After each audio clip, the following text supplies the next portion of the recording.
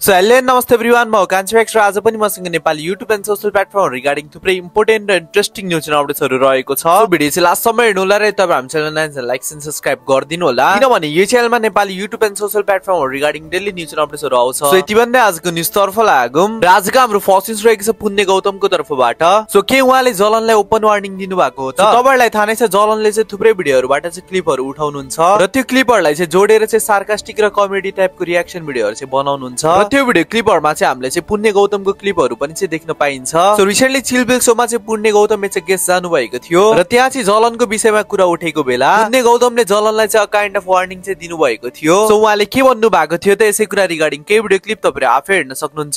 फेरि अब युट्युबर मित्रहरुको समस्या हेर्नुस्, डेस्क बेन्च देख्नु परेन नि त, त्यहाँ त मास त देखिन्छ नि त, त्यो मास चाहिँ अन्तबाट जोड्या क्या। त्यही त तपाईको फुटेज खिच्यो अनि मासको भिडियो चाहिँ अघि गर्दै बब्बा पुण्य गौतम दाइले अनि फेरि लाखौंको बीचमा बोल्ने र म प्रति रिस उठ्यो भने फेरि डेस्क बेन्च देखाउन नि सकिन्छ। त्यो त राम्रो भयो हैन। त्यही हो, त्यो डेस्क बेन्च जस्तो कुरा चाहिँ अब त्यो हाम्रो जलनको भिडियोमा डेन्जर हुन्छ नि त तपाईको यार। जलनको अब बिचरा आफै पनि परेको रे हैन। म चाहिँ अब बुद्धवादी हुनाले जलन मेरो जलनशील स्वभावबाट बचेछन्।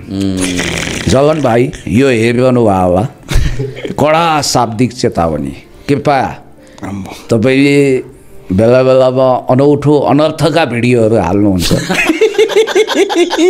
तपाईले गरिब दुखी रोगी असहायलाई लाखौं दान गर्नुभयो होइन दाइ भनेर सोधेको ठाउँमा मैले हो पक्कै हो भनेको ठाउँमा तपाईले त बलात्कार गरेर आउनु भएछ नि भन्दा हो पक्कै हो किन पार्नुभयो?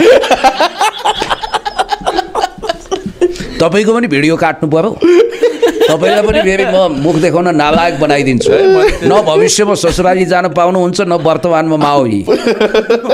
त्यो त टेन्सन हुँदा यार वर्तमानमा माओली जान नपाउने भने त जाऊ नि हैन। अनि वर्तमान भने फेरि वर्तमान गर्ने होइन कि वर्तमान समयमा माओली हो नि त, ससुराली त बनाएको छैन होला उनले, बनाए भए अहिले पनि जान सक्नुहुन्न।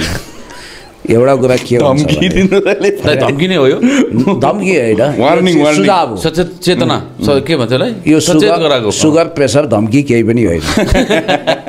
सो यो कुरा रिगार्डिङ तपाईहरुको के कस्तो ओपिनियन छ कमेन्ट सेक्सनमा भन्नु होला। र हाम्रो नेक्स्ट न्यूज रहेको छ विवेक थपलियाको तर्फबाट। रिसेन्टली उहाँले चाहिँ रुटिन अफ नेपाल बन्दको अगेन्स्टमा चाहिँ एउटा भिडियो अपलोड गर्नु भएको थियो जहाँ चाहिँ उहाँले चाहिँ रुटिन अफ नेपाल बन्दलाई चाहिँ म्यानिपुलेटर भनेर भन्नु भएको छ। एजवेलएस बालेनको झोले भन्ने पनि एलिगेसन लाउनु भएको छ। सो यसै कुरा रिगार्डिङ के भिडियो क्लिप तपाईहरु आफै हेर्न सक्नुहुन्छ।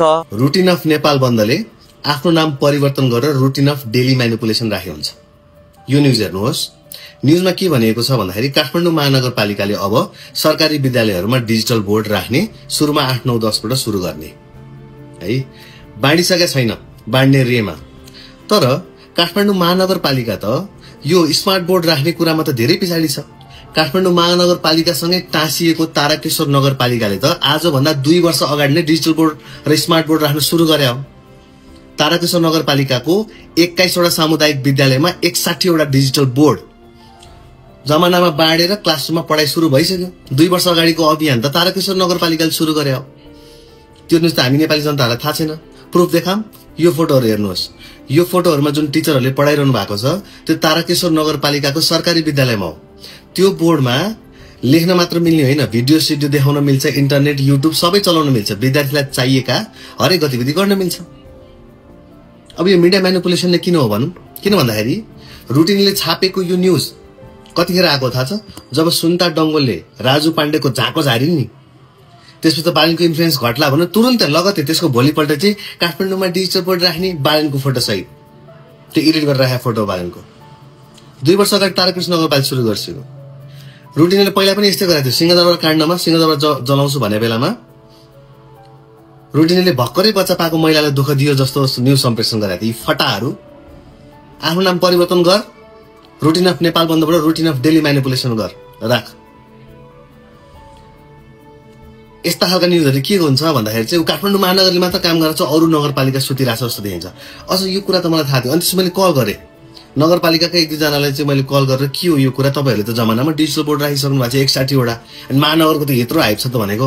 ए बाबु त्यो बालन यहाँ सिक्न आएको थियो, यहाँ बजेट विनियोजन के हुन्छ कस्तो हुन्छ भने डिजिटल बोर्ड त हामीले यसरी राखेछ भने उसलाई सिकाएर पठायो भनेर त्यहाँबाट खबर आउँछ। यी न्यूज चाहिँ छाप्न पर्दैन। म्यानिपुलेटर आफ्नो नाम बन्द गर, रुटिन अफ नेपाल बन्द, रुटिन अफ डेली म्यानिपुलेटर राख। होइन भने ताराकेश्वर नगरपालिकामा 2 वर्ष अगाडिदेखि पढाइ हुन्थ्यो भनेर छाप। 2 वर्ष अगाडि चाहिँ पहिलो डिजिटल बोर्ड त्यहाँ पृथ्वीनारायण माविमा यसो टेस्टको लागि चाहिँ 2 वर्ष अगाडि राखेर तारकेश्वर नगरपालिकाले राखे हो। त्यो फोटो यहाँ छ म्यानिपुलेटर। सो यो कुरा रिगार्डिङ तपाईँको के कस्तो ओपिनियन छ कमेन्ट सेक्सनमा भन्नु होला। राम्रो नेक्स्ट न्यूज रहेको छ आरुण थापाको तर्फबाट। तपाईँलाई थाहा नै छ अहिले चाहिँ एनएसएल चलिरहेको छ र डोना थापाको ब्रदर आरुण थापा चाहिँ झापा एफसी को तर्फबाट खेल्दै हुनुहुन्छ। र हामीले चाहिँ सुरुको केही गेमहरुमा चाहिँ आरुण थापालाई चाहिँ त्यस्तो धेरै देखिरहेको थिएन। सो यसको रिजन चाहिँ के रहेछ त तपाईहरु आरुण थापाकै मुखबाट सुन्न सक्नुहुन्छ। सो देखिने धन्यवाद दिन चाहन्छु मेरो इन्टायर टिमलाई, कोचेस अनि मेरो फ्यामिली त छँदै छ, प्लस हाम्रो एउटा सन्तोष छोप्रा दाइले पनि दाइलाई पनि धेरै धेरै धन्यवाद दिन चाहन्छु। अब उहाँको अब अन द फिल्ड भन्दा पनि आउट द फिल्ड चाहिँ धेरै कुरा हेल्प गर्नु भएको छ, हृदयदेखि नै धन्यवाद दिन चाहन्छु। सो आजको गेम चाहिँ ड्र भयो हैन? हजुर। अब नेक्स्ट गेमहरुमा चाहिँ के प्रयास हुनेछ? हजुर अब म चाहिँ अब सबैजनाले किन खेलाइराख्नु भएको छैन भनेर भन्नुभएको थियो। म चाहिँ हल्का इन्जुरी थिएँ, इन्जुरीले गर्दा चाहिँ अलिकति खेल्नु मिलेको थिएन। अहिले चाहिँ मलाई हाम्रो फिजियोहरूले पनि धेरै हेल्प गर्नुभयो, त्यसले गर्दा पनि धेरै धन्यवाद दिन चाहन्छु फिजियोलाई पनि, किनभने मलाई अलिकति अहिले फिल्डमा उत्रिने सक्दो छिटो रिकभर गरेर यस्तो मौका दिनुभयो, यो पनि पाएँ, एकदमै खुसी छु। हस्, थ्याङ्क यू।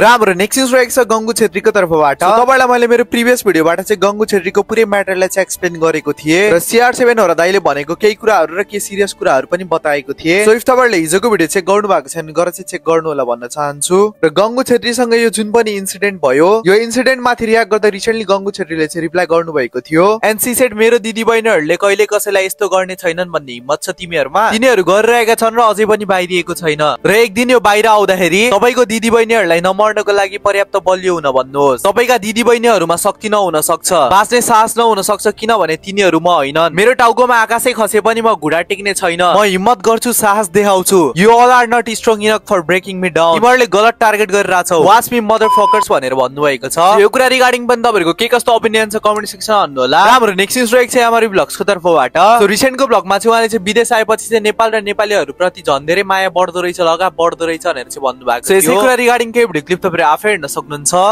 कमेन्ट गर्न नभुल्नु होला। लास्टको ब्यान्ड चाहिँ एउटा हाम्रो जसो गर जे भन जता सुकै भनेको त्यो गीतले चाहिँ भाइब्स बबाल दियो, किनकि यो ठाउँमा आएपछि बल्ल नेपालीको नेपाली म नेपाली हो है भनेर अलि माया लाग्दो रहेछ कि आफू हुन्छ नि। नेपाली संस्कृति हाम्रो के भन्छ धर्म भाषा सबै जोगाइदिनु भएको छ। Thank you so much. विदेशमा बसे पनि आफ्नो ठाउँलाई भुल्नुहुन्न, जतिजनाले हेर्नु भएको छ विदेशमा बसेरको मान्छेहरूले, थ्याङ्क यू सो मच। अनि नेपाली हो नि त एउटा गौरव फिल हुन्छ, खुसी लाग्छ। जो सानो देश, विश्वमा सानो देश भए पनि मन ठुलो भएको मान्छेहरू छन् नेपालमा धेरै।